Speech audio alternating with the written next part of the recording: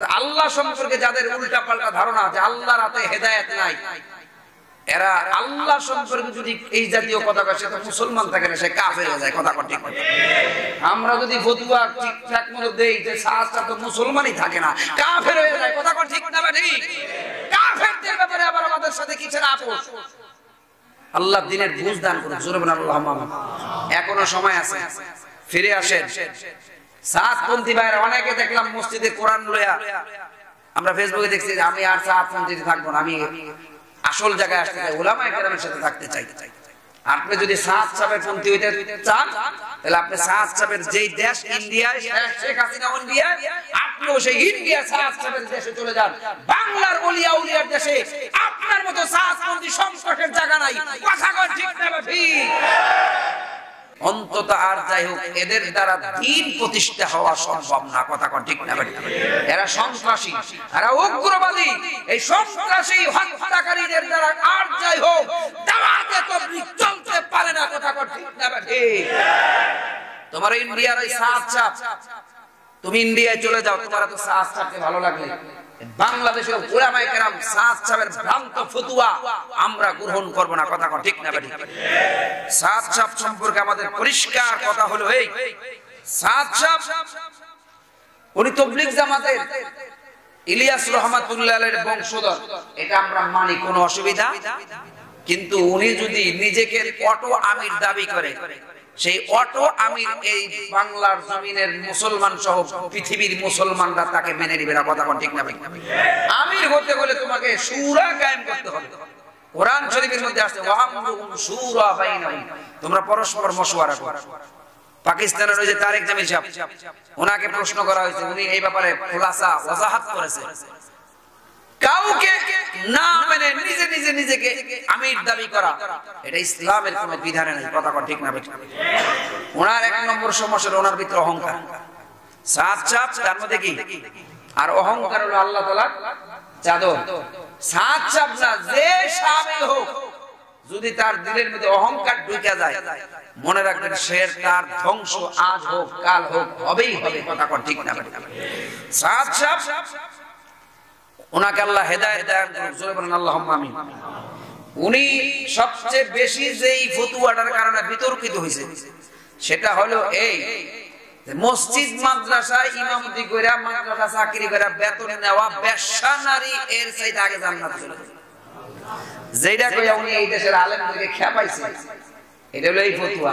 একজন মসজিদের ইমাম সাহেব ইমামতি কইরা বেতন নিয়ে বিবি বাল বাচ্চা না, এটা কি হালাল না হারাম? আপনারা ফতোয়া দেন হালাল না হারাম? হালাল।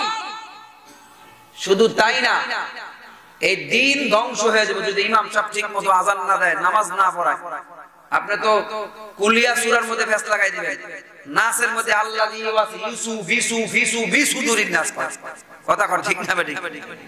আপনার মতো লোকের পিছে নামাজ পড়লে সবার নামাজ বরবাদ হয়ে যাবে। অতএব দিন ধ্বংস হয়ে যাবে যদি ইমাম নির্ধারিত না থাকে, মুয়াজ্জিন নির্ধারিত না থাকে, মাদ্রাসায় তালিবুল ইলমদের শিক্ষা দেওয়ার জন্য যদি উস্তাদ নির্ধারিত না থাকে, তাদের বেতন নেওয়া, ওয়াজিফা নেওয়া 100% হালাল হালাল হালাল। কথা কোন ঠিক না বেঠিক? তো একটা সময় ছিল যে সময় ওয়াজিফা নেওয়ার দরকার ছিল না, সেই সময়টার যুগ শেষ। বর্তমান প্রেক্ষাপট যে উলামায়ে কেরাম সবাই এই ব্যাপারে ঐক্যবদ্ধ। এই জমানায় বেতনভুক্ত ইমাম সাহেব তার টাকা হালাল, এতে কোনো সন্দেহ। চিন্তা করেন, সুদ খায় তার ব্যাপারে ফতোয়া দেয় না, ঘুষখোরের বিরুদ্ধে ফতোয়া দেয় না, ইমাম সাহেবের বেতনের ব্যাপারে ফতোয়া দেয়। তার মানে ইসলাম ধ্বংস করার একটা কঠিন ষড়যন্ত্র এর মধ্যে নিহিত আমরা গন্ধ পাচ্ছি। কথা ঠিক না? অতএব এটা বেশ্যা নারীর সাথে সে তুলনা দেয়, সে কেমন একটা বেলাজ্জার বেহায়া আর বেয়াদব সাত সাহেব। কথা ঠিক না ঠিক? এই সাত সাহেবের ফতোয়ায় বোঝা যায় তার অনুসারীরা কেমন বেয়াদব, আর কত বড় গুন্ডা, আর কত বড় মাস্তান, আর কত বড় সন্ত্রাসী, যার প্রমাণ আবারও তারা করলো। গত 18 সালে একজন মানুষ তারা শহীদ করেছে, আবারও গত 3-4 দিন আগে 3-4 মানুষকে তারা শহীদ করলো। এই পর্যন্ত 5 জন মানুষকে শহীদ করছে। এই দেশের আলেম ওলামারা এখন যে বৈশা রয়েছে, এটা তাদের জন্য ভাগ্য ভালো। কথা ঠিক না? আল্লামা মামুনুল হক সাহেব আগের যে পরিস্থিতি ছিল, যদি কালকে পরশু সেই বক্তব্য দিয়া বলাইতো, এদেরকে পিটাইতে পিটাইতে এক একটাকে বাংলা করে মধ্যে ফালানো উচিত ছিল। কথা ঠিক না? সন্ত্রাসী কার্যক্রম তুমি দ্বীনের মধ্যে ঢুকাইছো। আসলে যারা তাবলীগে ঢুকছে এরা তো আগে আলেম ছিল না, এরা হলো চুলার মাটি। কিসের মাটি? চুলার মাটি। দেখবেন 32 বছর যদি চুলা দিয়ে রান্না করে, শক্ত যতই হয়, মাটির পানির মধ্যে ছাড়লে গলে যায়। এরা তো দ্বীন শিখছে, মাদ্রাসা থেকে শেখে নাই। এরা দ্বীন শিখে তাবলীগে যায়, কিন্তু তাদের ভিতরে যে একটা সন্ত্রাসী কাজ, আগে যারা খারাপ ছিল তাবলীগে গেছে ভালো হওয়ার জন্য, আগে চুরি করছে তাবলীগে গেছে ভালো হওয়ার জন্য, আগে বাটপারি করছে তাবলীগে গিয়ে ভালো হয়ে যাবে, কিন্তু ভালো হইতে গিয়ে এখন চলে গেছে ওই যে সাত সাহেবের গ্রুপের মধ্যে। এখন তার সেই আসল রূপটা আবার বহিঃপ্রকাশ করতেছে। কথা ঠিক না? এদেরকে আসলে এদের মধ্যে হেদায়েত হয় না। এদের নিজে নিজে দ্বীন শিখলে সেই দ্বীন গ্রহণযোগ্য না।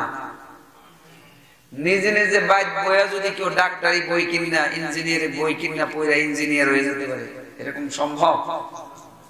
সম্ভব নেই। উস্তাদ ছাড়া।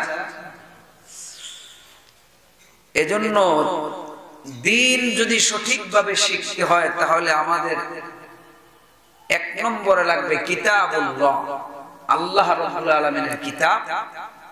2 নম্বরে লাগবে রিজালুল্লাহ, অর্থাৎ নবী এবং রাসূল। আল্লাহ এমন করতে পারতেন না শুধু কোরআনটা নাজিল করতেন, কোন নবী নাই। কোরআন বুঝায় মানুষকে বুঝাইবে এরকম কে থাকে? তাহলে দ্বীন মানুষের কাছে পৌঁছবে না। এখন নবী রাসূল দুনিয়ার বুকে নাই। নবী রাসূল জনের দায়িত্বটা কে পালন করবে? কে পালন করবে? উলামায়ে কেরাম। কে? আলেম উলামা। এটা নবী বলে দিয়েছে, আল উলামা ওয়ারাসাতুল আমবিয়া, ইন্নাল আমবিয়া লাম ইউরিসু দীনারাও ওয়ালা দিরহামান। আল্লাহর নবী, বিশ্ব নবী রাহমাতুল লিল আলামিন বলে, উলামায়ে কেরাম হলো নবীগণের ওয়ারিস, তবে তারা কোনো টাকা পয়সার ওয়ারিস না।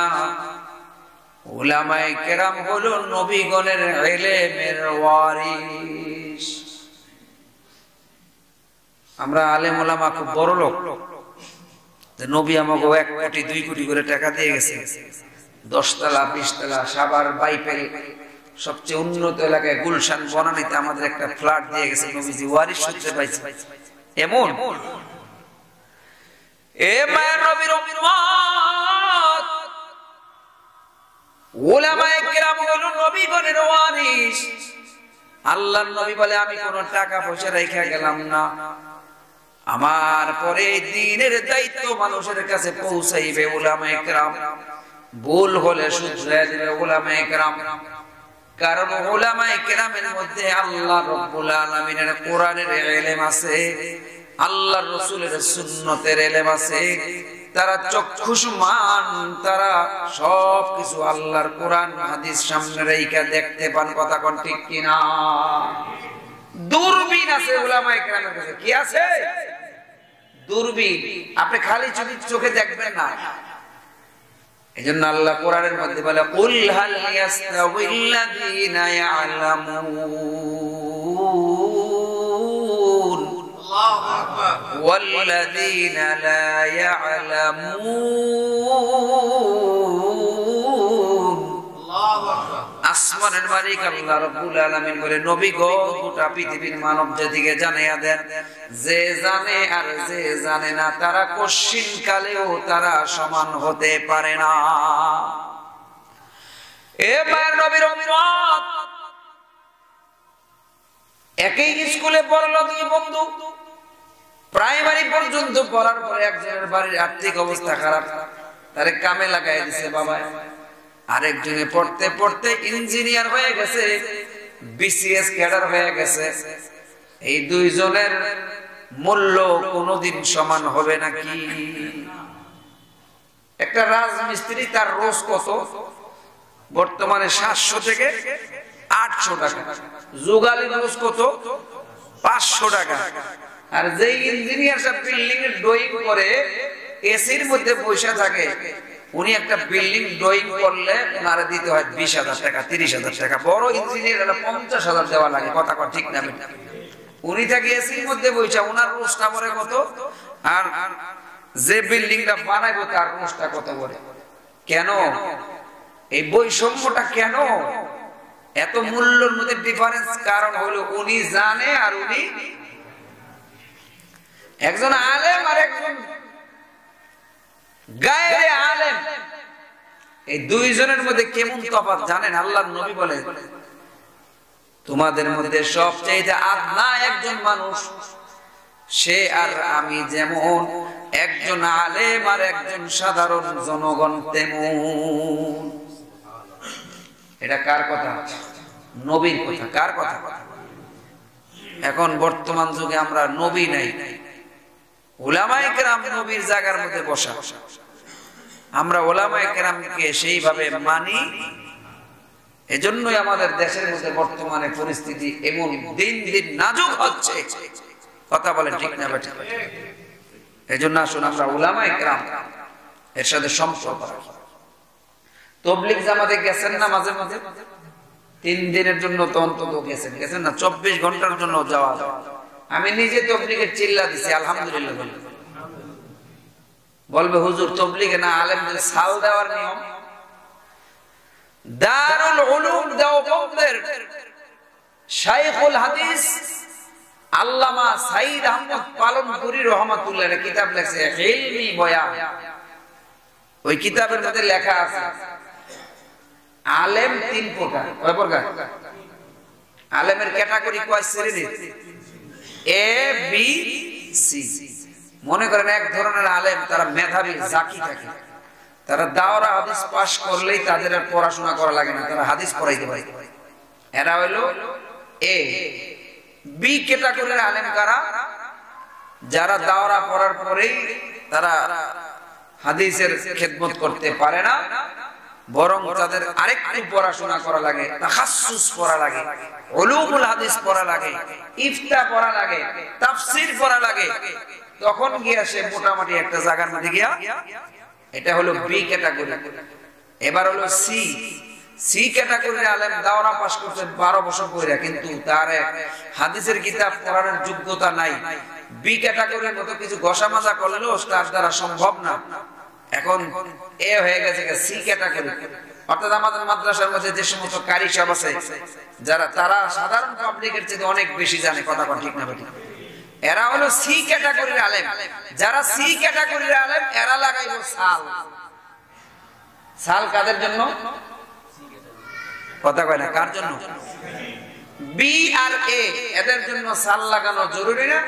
এরা ইসলামের বিভিন্ন খেদমতের জায়গা আছে, ওই জায়গায় খেদমত করবে। তবে হ্যাঁ, শর্ত হলো এই, এ আর বি, এরা দুইজন রড দিয়ে টানা দেয়। এরা দুইজন পুরা দাওয়াতে তাবলীগটাকে টানা দিয়ে রাখবে রডের মাধ্যমে। মনে করেন একটা বেড়িবাঁধ করছে, দুই পাশে দুইটা রড টানা দিলেন। এই দুই রডের টানার নাম হলো এ ক্লাসের আলেম, বি ক্লাসের আলেম। আর সি ক্লাসের আলেম, উনাকেও ছোট করা যাবে না, উনিও তো আলেম। কথা ঠিক না? মন খারাপ করার কোনো কারণ না। উনাকে আল্লাহ রাব্বুল আলামিন জিহান সাকাওয়াত কম দিয়েছে, উনি ইলমের ইস্তেদাদ কম। উনি এ এবং বি এদের সাথে সম্পর্ক রাখা পুরা তাবলীগ জামাতের সাথে নিয়ন্ত্রণ করবে। এই হলো উলামায়ে কেরাম সম্পর্কে, সাল লাগানো সম্পর্কে সাইয়্যিদ আহমদ পালনপুরি রহমাতুল্লাহ আলাইহি যে দারুল উলুম দেওবন্দের দীর্ঘ কয়েক বছর পর্যন্ত বুখারী শরীফ পড়েছে। সুবহানাল্লাহ। মুমিন মুসলমান বন্ধুরা, তাবলীগ জামাতের আমরা ইজতেমার মধ্যে প্রত্যেক বছরই আমরা যাই। তাবলীগ জামাতে গেলে দেখবেন তাবলীগের যারা মুরব্বি তারা বলে, ভাই আমরা ইলম শিখি। ইলম 2 প্রকার, একটা হলো ফাজাইলে ইলম আর একটা হলো মাসাইলে ইলম।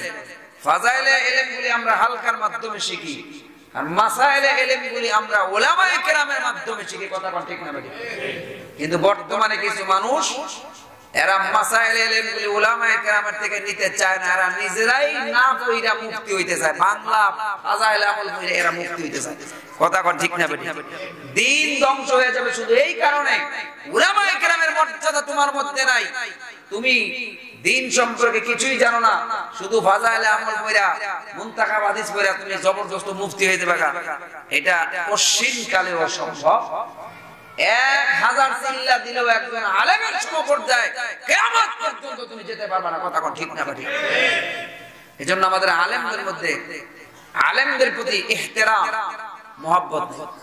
তাবলীগ জামাতের 6 উসুল আল্লামা ইলিয়াস রাহমাতুল্লাহ আলাইহি তিনি কালেমা, নামাজ, রোজা, হজ, যাকাত, কালেমা, তারপর কি নামাজ, ইলম ও জিকির, ইকরামুল, এই যে পয়েন্ট আমার কথা, ইকরামুল মুসলিমান মানে কি? মুসলমানকে সম্মান করতে হবে। ইকরাম মানে কি? সম্মান। এখন আমার দেশে এই যে গত 3 দিন আগে যে ঘটনা ঘটলো, যারা ওই টঙ্গীর ময়দানে বড় ছুরি আইনা একটা মানুষের এই দিকটা ঢুকায় ওই দিকটা বাইর করে 4 জন মানুষকে শহীদ করলো, এদের দিনের মধ্যে কোন মুসলমানের ইকরাম তো দূরের কথা, একজন সাধারণ মুসলমানের সম্মানও তার দিনের মধ্যে নাই। কথা কোন ঠিক না ভাই? এজন্য আমরা তীব্র নিন্দা জানাই। এরা কিসের মুসলমান? একজন মুসলমানকে এইভাবে নির্মমভাবে শহীদ করে, এটা কোন মুসলমানের পরিচয় হতে পারে না। কথা কোন ঠিক না ভাই? মেরে ভাই আর দোস্ত বুজুর্গ, এই দৃশ্য দেখে সারা বাংলাদেশ না পুরো পৃথিবীর মানুষ তারা মর্মাহত। মুয়াজ্জিন সাহেব 3 তলার মধ্যে গ্যাঞ্জাম করতেছে, একটু দেখেন। 3 তলার বাচ্চারা তোমরা একটু খামোশ হও, তোমাদের জন্য আমাদের নিচতলা ডিস্টার্ব হচ্ছে। মুমিন মুসলমান বন্ধুরা আমার, আসুন আমরা উলামায়ে কেরামের তত্ত্বাবধানে চলার জন্য চেষ্টা করি। আল্লাহ রাব্বুল আলামিন বুঝবার বুঝাইবার তৌফিক দান করেন। জোরে বলেন আল্লাহুম্মা আমিন। আমরা ফাজাইলে ইলমগুলি আমরা হালকা থেকে শিখবো, কিন্তু মাসাইলে ইলমগুলি আমরা হক্কানি আলেমদের শিখতে হবে। আপনি তাবলীগের ইঞ্জিনিয়ারের তাবলীগে চিল্লা লাগাইছেন, 3 চিল্লা। আপনি শুরার সদস্য হয়ে গেছেন, আপনি ডাক্তার হয়ে তাবলীগে সময় লাগাইছেন, আপনি আমির হয়ে গেছেন, মহল্লার আমির অথবা এরিয়ার আমির, তাই বলে আপনি মুফতি হয়ে গেছেন নাকি? আপনার থেকে মাসাইলে ইলমে জাতি গ্রহণ করবে না। কথা কোন ঠিক না ঠিক? এজন্য আসুন, আল্লাহর নবী সাল্লাল্লাহু আলাইহি ওয়াসাল্লাম বলেন, তিরমিজি শরীফের হাদিস, লাইসা মিন্না মাল্লাম ইউআক্কির কাবীরানা, যে ব্যক্তি বড়কে শ্রদ্ধা না করে, ছোটকে স্নেহ না করে, আলেমের যথাযথ ইহতিরাম না করে, সে আমি নবীর উম্মত না। কথা কোন ঠিক না ভাই? এখন যারা আলেমদের সাথে বিদ্রোহী ঘোষণা করেছে, আলেমদের সাথে যারা এইভাবে দুশমনি করে মানুষদেরকে শহীদ করতেছে, অন্তত আর যাই হোক এদের দ্বারা দ্বীন প্রতিষ্ঠা হওয়া সম্ভব না। কথা কোন ঠিক না ভাই? এরা সন্ত্রাসী, এরা উগ্রবাদী। এই সন্ত্রাসী হত্যাকারীদের দ্বারা আর যাই হোক দাওয়াতে তাবলীগ চলতে পারে না। কথা কোন ঠিক না ভাই? তোমার ইন্ডিয়ার এই সাত চাপ, তুমি ইন্ডিয়ায় চলে যাও, তোমার তো সাত চাপকে ভালো লাগলে, বাংলাদেশের উলামায়ে কেরাম সাত চাপের ভ্রান্ত ফতোয়া আমরা গ্রহণ করব না। কথা কোন ঠিক না ভাই? সাত চাপ সম্পর্কে আমাদের পরিষ্কার কথা হলো, এই সাত চাপ উনি তাবলীগ জামাতের ইলিয়াস রাহমাতুল্লাহ আলাইহির বংশধর, এটা আমরা মানি, কোনো অসুবিধা। কিন্তু উনি যদি নিজেকে অটো আমির দাবি করে, সেই অটো আমির এই বাংলার জমিনের মুসলমান সহ পৃথিবীর মুসলমানরা তাকে মেনে নিবে না। কথা কোন ঠিক না ভাই? আমির হতে হলে তোমাকে শুরা কায়েম করতে হবে। কোরআন শরীফের মধ্যে আছে, ওয়ামরুহুম শুরা বাইনাহুম, তোমরা পরস্পর মশওয়ারা করো। পাকিস্তানের ওই যে তারেক জামিল সাহেব, ওনাকে প্রশ্ন করা হয়েছে, উনি এই ব্যাপারে খোলাসা ওয়াজাহাত করেছে, কাউকে না মেনে নিজেকে আমির দাবি করা এটা ইসলামের কোনো বিধানে নেই। কথা কোন ঠিক না ভাই? ওনার 1 নম্বর সমস্যা, ওনার ভিতরে অহংকার। সাত চাপ তার মধ্যে কি? আর অহংকার হলো আল্লাহ তাআলার চাদর। সাত চাপ না, যে সাহাবী হোক, যদি তার দিলের মধ্যে অহংকার ঢুকে যায়, মনে রাখবেন শের তার ধ্বংস আজ হোক কাল হোক হবেই হবে, কথা কোন ঠিক না? সাদ সাহেব ওনাকে আল্লাহ হেদায়েত দান করুন, জোরে বলেন আল্লাহুম্মা আমিন। উনি সবচেয়ে বেশি যেই ফতোয়াটার কারণে বিতর্কিত হয়েছে সেটা হলো এই, মসজিদ মাদ্রাসায় ইমামতি কইরা মাদ্রাসা চাকরি কইরা বেতন নেওয়া বেশ্যা নারী এর চাইতে আগে জান্নাত চলে যাবে। যেটা কইয়া উনি এই দেশের আলেমদেরকে খেপাইছে, এটা হলো এই ফতোয়া। একজন মসজিদের ইমাম সাহেব ইমামতি কইরা বেতন নিয়ে বিবি বাল বাচ্চা নেয়, এটা কি হালাল না হারাম? আপনারা ফতোয়া দেন হালাল না হারাম? হালাল। শুধু তাই না, এই দিন ধ্বংস হয়ে যাবে যদি ইমাম সাহেব ঠিক মতো আযান না দেয়, নামাজ না পড়ায়। আপনি তো কুলিয়া সূরার মধ্যে ফেস লাগাই দিবেন, নাসের মধ্যে আল্লাযী ইউসু ফিসু ফিসু বিসুদুরিন নাস, কথা কোন ঠিক না? বেঠিক। আপনার মতো লোকের পিছে নামাজ পড়লে সবার নামাজ বরবাদ হয়ে যাবে। অতএব দিন ধ্বংস হয়ে যাবে যদি ইমাম নির্ধারিত না থাকে, মুয়াজ্জিন নির্ধারিত না থাকে, মাদ্রাসায় তালিবুল ইলমদের শিক্ষা দেওয়ার জন্য যদি উস্তাদ নির্ধারিত না থাকে, তাদের বেতন নেওয়া ওয়াজিফা নেওয়া 100% হালাল হালাল হালাল, কথা কোন ঠিক না? বেঠিক। তো একটা সময় ছিল যে সময় ওয়াজিফা নেওয়ার দরকার ছিল না, সেই সময়টার যুগ শেষ। বর্তমান প্রেক্ষাপট অনুযায়ী উলামায়ে কেরাম সবাই এই ব্যাপারে ঐক্যবদ্ধ। এই জমানায় বেতনভুক্ত ইমাম সাহেব তার টাকা হালাল, এতে কোনো সন্দেহ। চিন্তা করেন, সুদ খায় তার ব্যাপারে ফতোয়া দেয় না, ঘুষখোরের বিরুদ্ধে ফতোয়া দেয় না, ইমাম সাহেবের বেতনের ব্যাপারে ফতোয়া দেয়। তার মানে ইসলাম ধ্বংস করার একটা কঠিন ষড়যন্ত্রের মধ্যে নিহিত আমরা গন্ধ পাচ্ছি, কথা ঠিক না? অতএব এটা বেশ্যা নারীর সাথে সে তুলনা দেয়, সে কেমন একটা বেলাজ্জার বেহায়া আর বেয়াদব সাদ সাহেব, কথা ঠিক না? ঠিক। এই সাদ সাহেবের ফতোয়ায় বোঝা যায় তার অনুসারীরা কেমন বেয়াদব, আর কত বড় গুন্ডা, আর কত বড় মাস্তান, আর কত বড় সন্ত্রাসী, যার প্রমাণ আবারও তারা করলো। গত 18 সালে একজন মানুষ তারা শহীদ করেছে, আবারও গত 3-4 দিন আগে 3-4জন মানুষকে তারা শহীদ করলো। এই পর্যন্ত 5 জন মানুষকে শহীদ করছে। এদেশের আলেম ওলামারা এখন যে বৈশা রয়েছে এটা তাদের জন্য ভাগ্য ভালো, কথা ঠিক না? আল্লামা মামুনুল হক সাহেব আগের যে পরিস্থিতি ছিল, যদি কালকে পরশু সেই বক্তব্য দিয়া বলাইতো, এদেরকে পিটাইতে পিটাইতে এক একটাকে বাংলাদেশের মধ্যে ফালানো উচিত ছিল, কথা ঠিক না? ঠিক। সন্ত্রাসী কার্যক্রম তুমি দিনের মধ্যে ঢুকাইছো। আসলে যারা তাবলীগে ঢুকছে এরা তো আগে আলেম ছিল না, এরা হলো চুলার মাটি। কিসের মাটি? চুলার মাটি। দেখবেন 32 বছর যদি চুলা দিয়ে রান্না করে, শক্ত যতই হয় মাটির পানির মধ্যে ছাড়লে গলে যায়। এরা তো দিন শিখছে, মাদ্রাসা থেকে শেখে নাই, এরা দিন শিখে তাবলীগে যায়। কিন্তু তাদের ভিতরে যে একটা সন্ত্রাসী কাজ, আগে যারা খারাপ ছিল তাবলীগে গেছে ভালো হওয়ার জন্য, আগে চুরি করছে তাবলীগে গেছে ভালো হওয়ার জন্য, আগে বাটপারি করছে তাবলীগে ভালো হয়ে যাবে, কিন্তু ভালো হইতে গিয়ে এখন চলে গেছে ওই সাদ সাহেবের গ্রুপের মধ্যে। এখন তার সেই আসল রূপটা আবার বহিঃপ্রকাশ করতেছে, কথা কোন ঠিক না? এদেরকে আসলে এদের মধ্যে হেদায়েত হয় না, এদের মধ্যে পরিবর্তন হয়, শুধু লেবাসটা পাল্টাছে, কুলুস পাল্টাইছে, কথা কোন ঠিক না? আল্লাহ এদের থেকে আমাদের হেফাজত করুন, জোরে বলেন আল্লাহুম্মা। এই সাদ সাহেবের আরেকটা বিভ্রান্তি হলো, তিনি বলেন দাওয়াতে তাবলীগের 6 উসুল, এই 6 উসুলের মধ্যেই দিনের বাইরে কোনো দিন নাই। নাউজুবিল্লাহ। ইসলাম ধর্মের ভিত্তি কি 6 উসুল? ইসলাম ধর্মের ভিত্তি হলো 5টা। কয়টা? বুনিয়ানিল ইসলাম আলা খামস, শাহাদাতি আল্লা ইলাহা ইল্লাল্লাহ ওয়া আন্না মুহাম্মাদুর রাসূলুল্লাহ ওয়া ইকামিস সালাতি ওয়া ইতাইজ যাকাত ওয়াল হজ ওয়া সাওমি রমাদান। যাকাতও নাই, হজও নাই, 6 উসুলের মধ্যে। তার মানে কি? এই যাকাত আর হজ বাদ দিন প্রতিষ্ঠা হয়েছে বোঝা, দিল্লি কার লাড্ডু হবে। আমার মনে হচ্ছে উনি ইহুদি খ্রিস্টানদের টাকা খায়া এই জাতীয় ফতোয়া দেয়, নচেত এই জাতীয় ফতোয়া কোন শিক্ষিত কোন আলেমের দ্বারা দেওয়া সম্ভব না। গাঞ্জা খায়া ফতোয়া দিলে এই ফতোয়া দিতে পারে, কথা ঠিক না? ঠিক। কি বুঝে? আমার মনে হয় ছাত্র জমানে লেখাপড়া করে নকল করে পাস করলে যেরকম ভুয়া ইঞ্জিনিয়ার হয়, উনি একটা ভুয়া আলেম হয়েছে, কথা ঠিক না? আমাদের দিন সম্পর্কে ওনার ধারণাই নেই। ওই যে বড় লোকের পোলাপান না কইরা বাদামি মাগিরি কইরা যেরকম হয়, সাত ছাপ এরকম মনে হয় ওনার দাওরা ফাঁসের সনদ আছে কিনা আমার সন্দেহ আছে। যদি ভালো লেখাপড়া করতো, কোন হক্কানি আলেম হতে পারতো।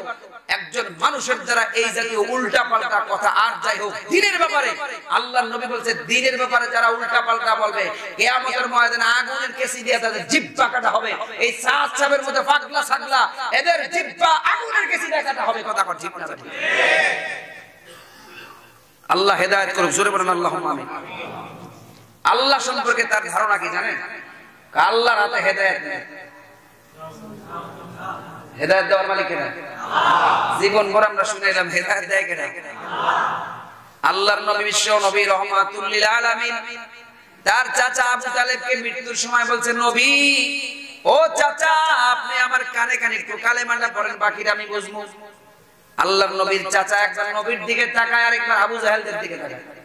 আবু জাহেল উতবা সাহেবের গায়ে মরার সময় ভাতিজার ধর্মে দীক্ষিত হইয়া মরবা, বাপ দাদার ধর্মে চুনকারি লাগাইবা। আবু তালেব কি কইছে? ভাতিজা আমার দ্বারা সম্ভব না, আমি আমার বাপ দাদার ধর্মের উপরেই মরতে চাই। উনি কিছুক্ষণ পরে মারা গেলেন। নবী কাঁদতেছেন অস্থির। যেই চাচা আমার জন্য এতটা কষ্ট করলেন সেই চাচা আজকে বেয়াদিন হইয়া মারা গেলেন। নবী আলাইহিস সালাতু ওয়াস সালাম কাঁদতেছেন। আসমান থেকে আল্লাহ আয়াত নাযিল করেছেন। আল্লাহ বলতেছেন, ইন্নাকা লা তাহদি মান আহবাবতা ওয়ালাকিন্নাল্লাহা ইয়াহদি মান ইয়াশা। এ নবী গো, আপনি কান্দাকাটি করে লাভ নাই। আপনার চাচাকে আপনি হেদায়েত দিতে পারবেন না। হেদায়েত দেওয়ার মালিক আমি আল্লাহ। হেদায়েত কার হাতে? আল্লাহ। আর এই মাওলানা সাদ সাহেবের মতো লোক বলতেছে যে হেদায়েত আল্লাহ দিতে পারে না। যদি আল্লাহ হেদায়েতই দিতে পারত তাহলে নবী রাসূল কেন পাঠাইছে? বুঝেন তার দ্বীনের বুঝ কোন জায়গায় গিয়া উঠছে। সাদ সাহেবের বিরুদ্ধে আমি জীবনে কোনোদিন বয়ান করিনি, কিন্তু এই চারজন মানুষ শহীদ করেছে। মানুষ হত্যা করা এটা কেমন তোর জঘন্যতম অপরাধ। এখন এই সাভার জেলা, সাভার থানা সব আলেমরা গতকালকে বৈঠক বসছে। সব মসজিদের খতিবদেরকে সাদ সাহেবের মুখোশ উন্মোচন করার জন্য, সব মুসল্লিদেরকে সচেতন করার জন্য সবাই আজকে সব মসজিদে আজকে একই বয়ান হচ্ছে।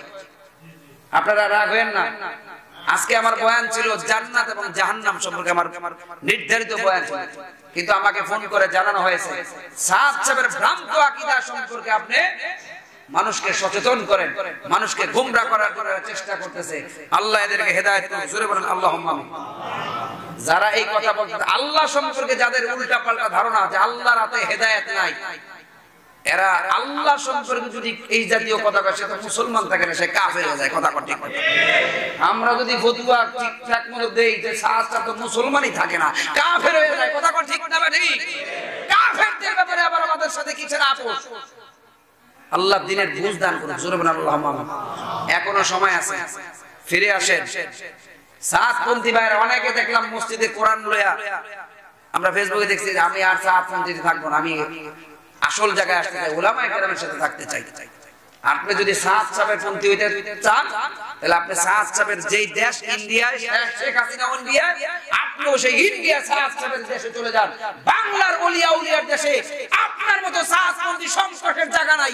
কথা কন ঠিক না ঠিক? মুমিন মুসলমান বন্ধুরা আমার, শুধু আল্লাহ সম্পর্কে ভ্রান্ত আকীদা তাই না, আমাদের নবী সম্পর্কে তার কি আকীদা জানেন? আমাদের নবী আলাইহিস সালাতু ওয়াস সালাম বিবাহ করছে 11টা। কয়টা? এর মধ্যে একজন বিবির নাম জয়নব বিনতে খুজাইমা, আর একজন বিবির নাম জয়নব বিনতে জাহাশ।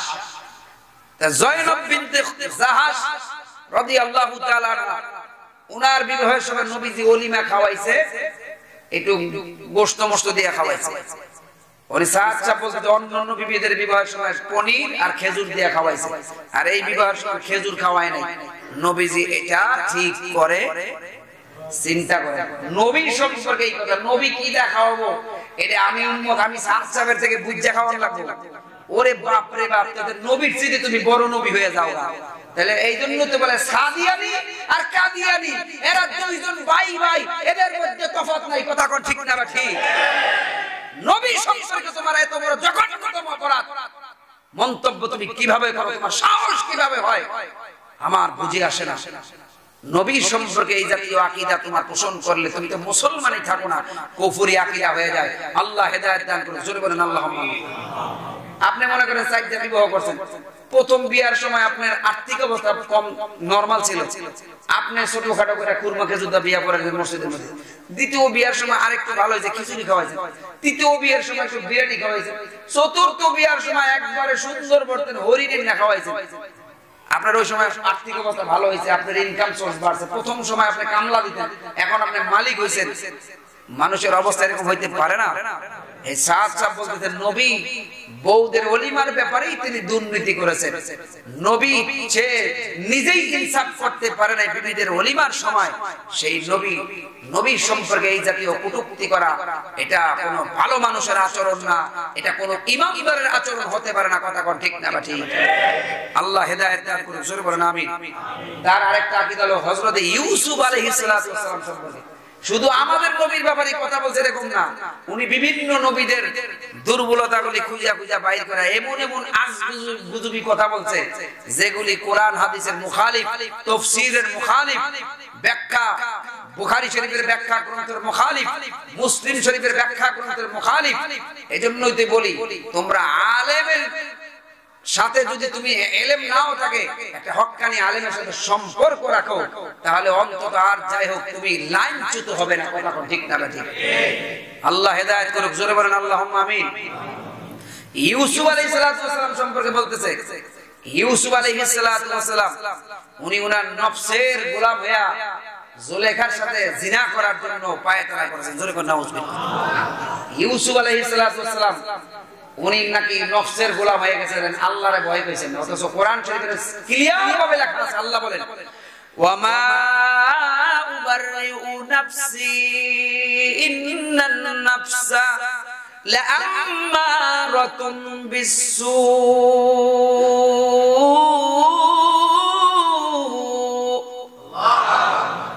ইল্লা মা রাহিমা রাব্বি। আমি আমার নফস থেকে জীবনও বাঁচতে পারতাম না যদি আমার রহমান আমাকে না বাঁচাইতে। ওনার কথাটা 13 নম্বর পারা প্রথম পৃষ্ঠার মধ্যে আল্লাহ জানাই দেন, জোরে কোন আল্লাহু আকবার। এই সাচ্চা পুরো কোরআনের হাফেজ না, কোরআন শরীফ ভালো করে পড়েও না, খালি ফাজাইল আমল পড়ে আনিয়াই ফাজাইল আমল নিয়ে পাগল, অথচ কোরআন পাগল না। কথা কোন ঠিক না বেঠিক? ভালো করে যদি একটা মানুষ কোরআন পড়তো, জীবনও তার মুখ দিয়ে এই জাতীয় কথা বের হতো। ইউসুফ আলাইহিস সালাতু ওয়াস সালাম সম্পর্কে কোরআনে স্পষ্ট সূরা ইউসুফের মধ্যে আল্লাহ তাআলা জানাই দিয়েছেন, যদি জামা পিছন দিক দিয়ে ছিঁড়া থাকে তাহলে দোষী কেডা? জুলেখা। কেডা? আর যদি সামনে দিয়ে ছিঁড়া থাকে তাহলে দোষী কেডা? ইউসুফ আলাইহিস সালাম। জামা ছিঁড়া পাওয়া গেছে কোন দিক দিয়া? পিছন দিয়ে। ইউসুফ আলাইহিস সালাম দৌড় দিয়েছে দরজার দিকে, জুলেখাকে কই যাও, আমার শান্ত করে তারপরে যাও। পিছন দিক থেকে জামা টাইনা ছিঁড়া ফেলেছে। ইউসুফ আলাইহিস সালাতু ওয়াস সালাম উনি যদি চাইতেন যে আমি জিনা করব, তাইলে তার দ্বারা অসম্ভব কিছু ছিল না। কথা ঠিক না ঠিক? অথচ আজিজের মিশর উনি জানতেন ওনার বিবি দোষী, কিন্তু বাদশার বউ দোষী হবে, এলাকার মানুষ খারাপ হবে, এজন্য ষড়যন্ত্র কইরা ইউসুফ পয়গম্বরের জেলখানার মধ্যে পাঠাইছে। কোরআনের মধ্যে আছে, তাফসীরের কিতাবের মধ্যে, হাদিসের মধ্যে ভুরি ভুরি দলিল আমাদের কাছে আছে। কথা ঠিক না ঠিক? অথচ এই ব্যাপারে সে কথা বলে ইউসুফ আলাইহিস সালাতু ওয়াস সালাম নফসের গোলামি করেছেন। জোরে কোন নাউজুবিল্লাহ মিন যালিক। শুধু এখানেই তাই শেষ নয়, হযরত মূসা আলাইহিস সালাতু ওয়াস সালাম সম্পর্কে ওনার আকীদা ভ্রান্ত আকীদা। কি আকীদা? যে মূসা আলাইহিস সালাতু ওয়াস সালাম উনি যখন ওই তুর পাহাড়ে তাওরাত কিতাব আনার জন্য গিয়েছিলেন, ওনার 6 লক্ষ উম্মত ছিল। কয় লক্ষ উম্মত? 6 লক্ষ উম্মতে দেখভাল করার জন্য মূসা আলাইহিস সালামের একজন ভাই ছিল হযরত হারুন আলাইহিস সালাম। বলছে, ভাই তুমি আমি যতদিন না আসবো ততদিন তুমি আমার উম্মতকে দেখাশোনা করবে। কিন্তু ঘটনাক্রমে ওই এলাকার মধ্যে একজন লোক ছিল সামিরী নামক। সামিরী এমন একজন চালাক লোক ছিল। জিবরাইল আমিন যখন মূসা নবীর কাছে আসতেন, দেখে একটা ঘোড়ার মধ্যে চড়ে জিবরাইল আমিন আসতেছেন। ঘোড়াটা যেই জায়গায় মধ্যে পাও দেয় ওই জায়গায় সবুজ ঘাস গজায়। জোরে করে আল্লাহু আকবার। এই সামিরী কইল, এই ঘোড়াটা নিশ্চয়ই কোনো দুনিয়ার ঘোড়া না, এটা কোনো জাদুকরি ঘোড়া। ওটার পাড়তল থেকে এক মুঠ মাটি রেখে দেয়। রাখার পরে মূসা আলাইহিস সালাম যখন 30 দিনের জন্য তুর পাহাড়ে গেলেন, আল্লাহ বললেন 30 দিনে তোমার টাইম পুরা হবে না, তুমি আরো 10 দিন লাগাইয়া 40 দিন এক সিল্লা পুরা করো। জোরে করো সুবহানাল্লাহ। অনেক মানুষ কয় 40 দিনে সিল্লা লাগায়, এরা কোরআনে নাই। যারা এই কথা বলে আমি বলি তারাও কোরআন পড়ে না। সূরা বাকারার মধ্যে আছে, বিভিন্ন জায়গার মধ্যে 40 লাইলা কোরআনের মধ্যে আছে। এই ফাঁকে সামিরি কি করলো, বনি ইসরায়েলের যে সমস্ত মহিলারা ওই যে ফেরাউনের বংশের লোকদের মহিলাদের থেকে স্বর্ণ হাওলাত করে এনেছিল, আমাদেরকে স্বর্ণ দাও, আমরা বেড়াইতে যাবো কালকে। অনেকগুলি স্বর্ণ নিয়ে আসছে, সব স্বর্ণগুলি একত্রিত করে উনি এটার একটা গরুর বাছুর বানাইলো, এটার নাম হলো গোবৎস। স্বর্ণ দিয়ে বানাইছে। কি দিয়ে বানাইছে? বানানোর পরে ওই যে জিবরাইল আমিনের পায়ের নিচের একটা মাটির এক মুষ্টি রেখেছে, ওইটার দেওয়ার সঙ্গে সঙ্গে ওটার মধ্যে থেকে হাম হা করে ডাক দিছে। আর কয়, এই তোমাদের মুসা নবী তোমাদের থুইয়া গেছে, কোথায় পলাই গেছে, দেখো তোমাদের মুসা নবী রব পূজার জন্য তুর পাহাড়ে গেছে, রব তো এই গাভীর মধ্যে চলে আসছে। নাউজুবিল্লাহ।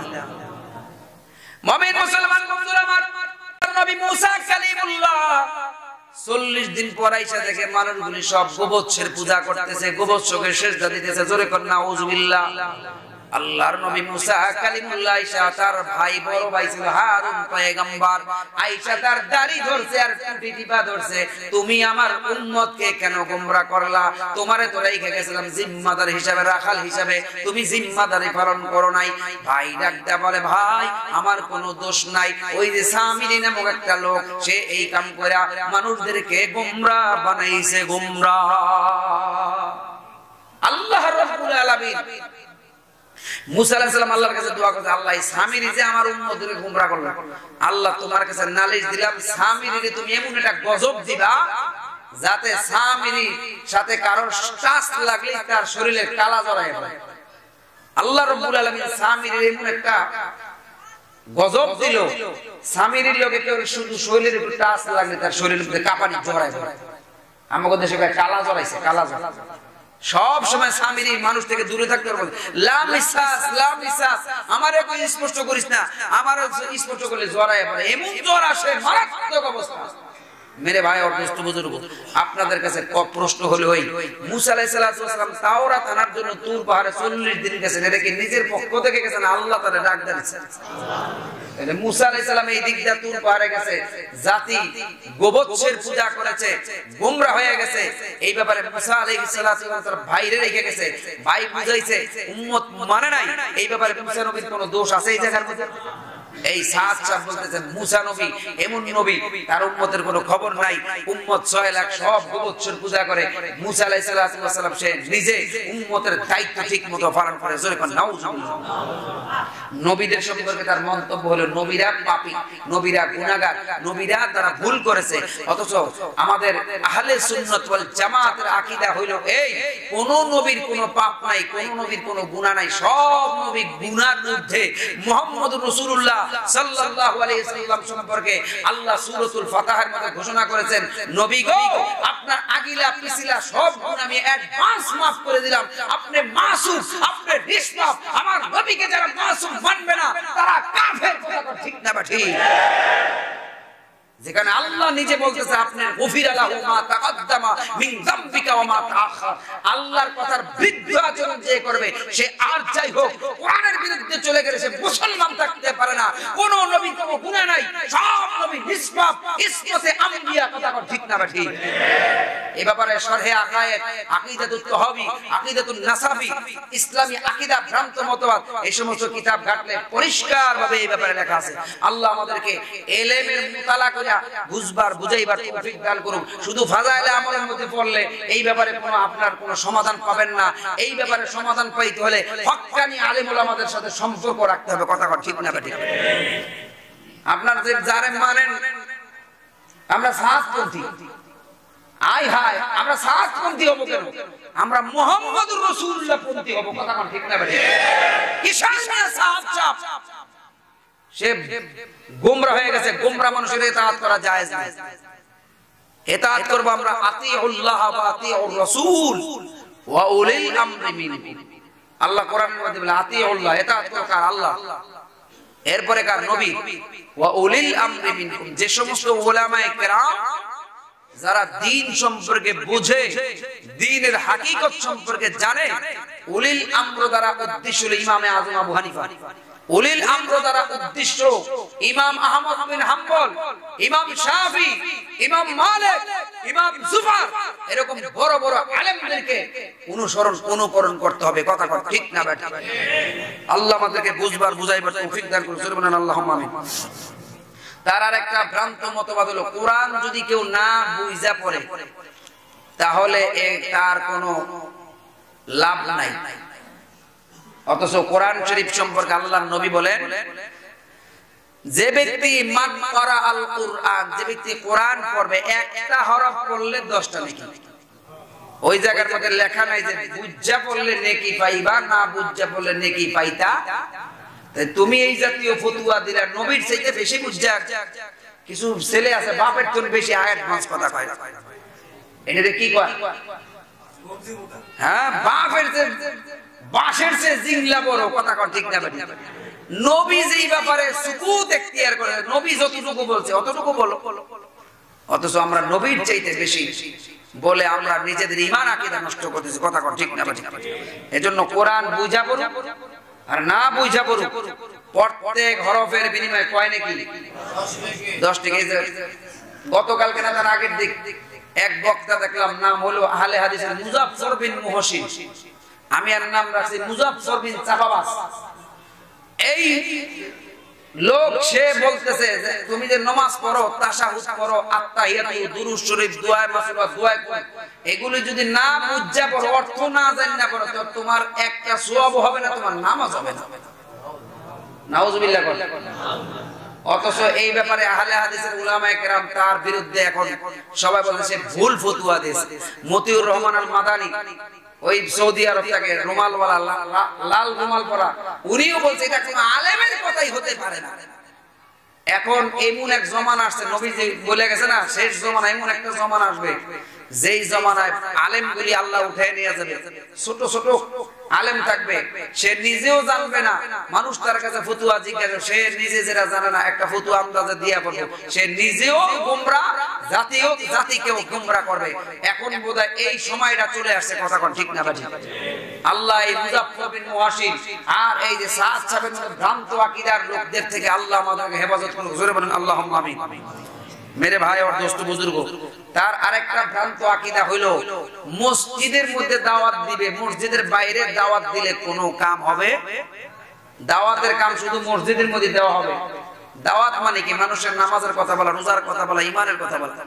আমরা যে গত কিছুদিন আগে মাঠের মধ্যে দাওয়াতের কথা কইলাম, বিভিন্ন মাহফিলের মধ্যে আমরা প্যান্ডেল সাজাই আজ কথা বলি, আমাদের বাংলাদেশের হাজার হাজার লক্ষ কোটি আলেম ওলামা তারা যে আমরা মাঠে ময়দানে ওয়াজ করি, তার মানে বোঝা গেল আমাদের এই দাওয়াত কোনো কামের হবে না, শুধু মসজিদ ঘরের মধ্যে দাওয়াত দিবে, এটাই হলো শ্রেষ্ঠ দাওয়াত। এমনটা বোঝা গেল না? অথচ এই ব্যাপারে কোরআন হাদিসের কোন দলিল তার কাছে নেই, আন্দাজে একটা ফতোয়া মেরে বয়ে থাকে। আল্লাহ তাদের থেকে আমাদের হেফাজত করুক। জোরে বলেন আল্লাহুম্মা আমিন। মেরে ভাই আর দোস্ত বুজুর্গ, উনি বলতেছেন টাচ মোবাইল ব্যবহার করে যারা টাচ মোবাইল পকড়ে নিয়ে নামাজ পড়ে, নামাজ হয় না। টাচ মোবাইল এটার মধ্যে গুনাহ আছে। টাচ মোবাইল আপনি পকড়ে নিয়ে নামাজ পড়লে নামাজ হবে না, ওনার ফতোয়া। উনি মুফতিরা ফতোয়া দিয়েছে, এজন্য যার কাম তারে সাথে অন্য করলে লাঠি বাজে। মুফতি ছাড়া ফতোয়া দেওয়া ঠিক না। আমাদের মিজানুর রহমান আজহারী সাহেব 17টা ফতোয়া ভুল করছে। পরবর্তীতে ওনার উস্তাদরা জানাইছে তুমি ফতোয়ার লোক না, তুমি হলো তাফসীরের লোক। কোরআন নিয়ে গবেষণা করছো, কোরআন নিয়ে গবেষণা কথা বলো, ফতোয়া দেওয়ার তোমার দরকার নেই। উনি আর এখন ফতোয়া দেয় না। এই যে আমাদের সাদ সাহেব, তাকেও বলবো আপনি মেহেরবানি করে ফতোয়া দেওয়ার জন্য আসবেন না। ফতোয়া দেওয়ার জন্য ফতোয়ায়ে দারুল উলুম দেওবন্দ আমাদের আছে। কথা ঠিক না ঠিক? ফতোয়া দেওয়ার জন্য আমাদের হাটাজারি মাদ্রাসা আছে। ফতোয়া দেওয়ার জন্য মুফতি মনসুরুল হক সাহেব আছে। ফতোয়া দেওয়ার জন্য বাংলাদেশের গোটা বাংলাদেশের কওমি মাদ্রাসার ইফতা বিভাগ আছে। আপনার থেকে জাতি ফতোয়া গ্রহণ করবে না। কথা ঠিক না ঠিক? তাবলীগের উসুলের একটা উসুল হলো আমরা মাসায়েলে ইলমগুলি উলামায়ে কেরাম থেকে নিই। তাহলে ফতোয়া আমরা ফতোয়া বিভাগ থেকে নেব, হক্কানি আলেমদের থেকে নেব। কোন দাওয়াতে তাবলীগের 3 চিল্লার সাথী ভাই ফতোয়া দিলে ওই ফতোয়া গ্রহণযোগ্য হবে? কোন উকিলের যদি সার্টিফিকেট না থাকে সে ওকালতি করতে পারবে না। কথা বলেন ঠিক না ঠিক? এই সাদ সাহেবের আরেকটা ভ্রান্ত আকীদা, সে বলতেছে সাহাবায়ে কেরাম আজমাইন তারা নাফরমানি করেছে। কেমনে? ওই বদরের যুদ্ধের পরে উহুদের যুদ্ধের সময় নবীজি বলছে তোমরা এই জায়গার মধ্যে দাঁড়াই থাকো 50 জন সাহাবী, এখান থেকে লড়বা না। তো যখন মুসলমানদের বিজয় চলে আসলো তখন সাহাবায়ে কেরাম আজমাইনদের মধ্যে দুই ভাগ হয়ে গেল। এক দল 40 জন বলতেছে বিজয় হয়ে গেছে, গনিমতের মাল টোকাও। তারা গনিমতের মালের জন্য ছুটে গেল। 10 জন বলতেছে আমরা যাব না যতক্ষণ নবীর পক্ষ থেকে অনুমতি না আসবে। এই 10 জন তারা যায় নাই। কিন্তু এই দিক দিয়া কাফের গোষ্ঠী তারা দেখলো এই জায়গাটা খালি, পিছন দিক থেকে হামলা করলে মুসলমানরা অতর্কিত হামলায় তারা পাগল হয়ে যাবে। এই 10 জন লোক, অনেক লোকের সামনে 10 জন লোক তো কিছুই না। এরা কাফের গোষ্ঠী এই জায়গাটা ঢুইকা 10 জন সাহাবীকে শাহাদাত বরণ করে পিছন দিক থেকে আক্রমণ করে মুসলমানদের মধ্যে 72 জন মুসলমান শাহাদাত বরণ করেছে। এটা আল্লাহ তাআলার ইচ্ছা ছিল। আল্লাহ রাব্বুল আলামিনের সাহাবায়ে কেরাম আজমাইন তারা ভুল বুঝাবুঝি হইছে। ভুল বুঝাবুঝি হওয়ার কারণে সাহাবায়ে কেরাম আজমাইন সম্পর্কে এই শব্দ আপনি ব্যবহার করতে পারেন না যে সাহাবায়ে কেরাম আজমাইন নবীরে মানে নাই, নবীর নাফরমানি করেছে। জোরে করে নাউজুবিল্লাহ। অথচ সেই নবী বলে গেছে আসহাবিকান নুজুম, আমার সাহাবী হইল আমার আকাশের নক্ষত্র সমতুল্য। তোমরা যে কোনো একজন আদনা থেকে আদনা সাহাবীকে যদি অনুকরণ করো তাহলে তুমি হেদায়েত প্রাপ্ত হয়ে যাবে। জোরে কোন আল্লাহু আকবার। নবী কয় কি আর সাহাব কয় মিল আছে কেন? আল্লাহ আমাদেরকে হেদায়েত দান করুন। জোরে বলেন আল্লাহুম্মা আমিন। শেষ কথা হলো এই সাতপন্থী যারা আছে এরা হলো উগ্র, এরা হলো সন্ত্রাসী, এরা হলো বেআদব। কথা কোন ঠিক না বেঠিক? আর দুনিয়ার কবি বলেন বেআদব মাহরুমে গাশ আজ ফাজলে রব। বেআদব যারা হবে এরা আল্লাহর রহমত থেকে বঞ্চিত। আমি বর্তমান যে সরকার যারা রয়েছে, বর্তমানে যারা তত্ত্বাবধায়ক এই অন্তর্বর্তীকালীন সরকার মহোদয় যারা রয়েছেন তাদেরকে দৃষ্টি আকর্ষণ করে বলবো, কারা কারা আমার এই 4 ভাইকে শহীদ করেছে এদেরকে তাদের তথ্য অনুসন্ধান করে এদেরকে এনে এদের পিছনে কারা আছে ইন্ধন দিয়েছে এদেরকে খুঁজে এনে বের করে জাতির সামনে প্রকাশ্যে এদেরকে ফাঁসি দিতে হবে। কথা ঠিক না? আমরা আর কিচ্ছু চাই না। এই 4 শহীদ ভাইয়ের জন্য আমরা দোয়া করি। আর এই 4 শহীদ ভাইয়ের মতো সামনে যেন আর কোন মুসলমানকে আর শাহাদাত বরণ করতে না হয়। বাংলার জমিনে দাওয়াত ও তাবলীগ চলবে, হক্কানি আলেম ওলামাদের নেতৃত্বে। কোন সাত মাদেগুলি বাংলার জমিনে চলবে না। কথা ঠিক না? ঠিক। আমরা উলামায়ে কেরামের সাথে থাকতে রাজি আছি না ইনশাআল্লাহ? কারা কারা রাজি আছি? হাল লিল্লাহি তাকবীর। আল্লাহ কবুল করুক। জোরে বলেন আল্লাহুম্মা আমিন। মুহতারাম ভাই ও দোস্ত বুজুর্গ, অনেক কথা ছিল। মুফতি শফি সাহেব রাহমাতুল্লাহ আলাইহি, যিনি দারুল উলুম দেওবন্দ মাদ্রাসার প্রধান মুফতি ছিলেন, ইলিয়াস রহমাতুল্লাহ তখন জীবিত ছিলেন। উনি ইলিয়াস রহমাতুল্লাহ আলাইহি সেই যেই জায়গায় থাকেন মেওয়া, ওই এলাকার মধ্যে গেছেন। যাওয়ার পরে উনি শুনতে পেলেন ইলিয়াস রহমাতুল্লাহ আলাইহি কোথাও একটা জায়গার মধ্যে সফরে আছেন, একটু দূরে, ওনার আসতে দেরি হবে। তো উনি এই সফর করার পরে আল্লামা মুফতি শফি সাহেব রহমাতুল্লাহ উনি বললেন ইলিয়াস রহমাতুল্লাহ আলাইহির কাছে তোমরা বইলো না আমি যে আসছিলাম, যদি জানে তাইলে উনি মনে কষ্ট পাবে। ইতিমধ্যে হঠাৎ করে ইলিয়াস রহমাতুল্লাহ চলে আসছে। আসার পরে বলতেছে দারুল উলুম দেওবন্দের প্রধান মুফতি মুফতি শফি সাহেব আসছে। কই? উনি যে আপনার সাথে রাগ বেজার হবেন দেখে উনি চলে গেছে যাতে আপনি নাই, যেহেতু আপনারা যেন না জানানো হয়। না না, তাড়াতাড়ি লোক পাঠাইছে, এর নিয়ে আসো। আনার পরে মুফতি শফি সাহেব রহমাতুল্লাহর বুকের মধ্যে বুক লাগায় উনি কাঁদতেছেন। জোরে কোন আল্লাহু আকবার। মুফতি শফি সাহেব রহমাতুল্লাহ আলাইহি কাঁদেন কেন?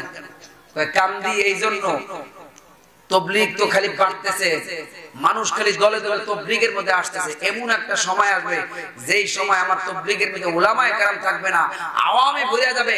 এই সমস্ত আওয়ামরা তারা মারামারি কইরা কাটাকাটি কইরা এটার মধ্যে নতুন দ্বীন ধর্ম ঢুকাবে।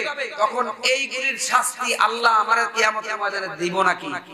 মুফতি শফি সাহেব তার সান্ত্বনা দিলেন যে না, আপনি যতদিন জিন্দা আছেন ততদিন আপনি ঠিক মতো চালাইয়া যান। পরবর্তী যারা থাকবে এদের দায়িত্ব থাকবে, আপনারে আল্লাহ রাব্বুল আলামিন ধরবে ইলিয়াস রহমাতুল্লাহ আলাইহি যেই চিন্তাটা করছেন, যেই কারণে কাঁদছেন, সেই চিন্তার ফলেই বর্তমানে 3 দিন 4 দিন আগে বাংলার জমিনে এটার একটা ফল প্রকাশ পাইছে। কথা কোন ঠিক না বেঠিক? এজন্য আসুন আমরা আলেম উলামাদের সাথে থাকবো। রাজি আছেন ইনশাআল্লাহ? নবী আলাইহিস সালাতু ওয়াস সালাম বলেন, তাফাররাকাত বানি ইসরাঈলা সিনতাইন ওয়া সাবঈনা মিল্লাহ ওয়া ইন্না উম্মতি সালাসিনা ওয়া সাবঈনা মিল্লাহ। বনি ইসরাঈল 72 দলে বিভক্ত হয়েছিল, আমার উম্মত হবে 73 দলে বিভক্ত। একটা দল জান্নাতে যাবে বিনা হিসাবে। আল্লাহর নবীর সাহাবীরা বলে, ইলা মান হিয়া ইয়া রাসূলুল্লাহ। নবীজি বলে, মা আনা আলাইহি ওয়া আসহাবি। যারা আমি নবীকে অনুসরণ করবে, আমার সাহাবায়ে কেরাম আজমাইনকে অনুসরণ করবে, তারাই যাবে বিনা হিসাবে জান্নাতে। আর যারা সাহাবাদের মতো নবীদের এবং সাহাবায়ে কেরামের বিরুদ্ধে কথা বলবে, তারা বিনা হিসাবে জান্নাতে যেতে পারবে না। তারা ফেরাকে বাতিলা গুমরা, এতে কোনো সন্দেহ নাই। কথা কোন ঠিক না বেঠিক?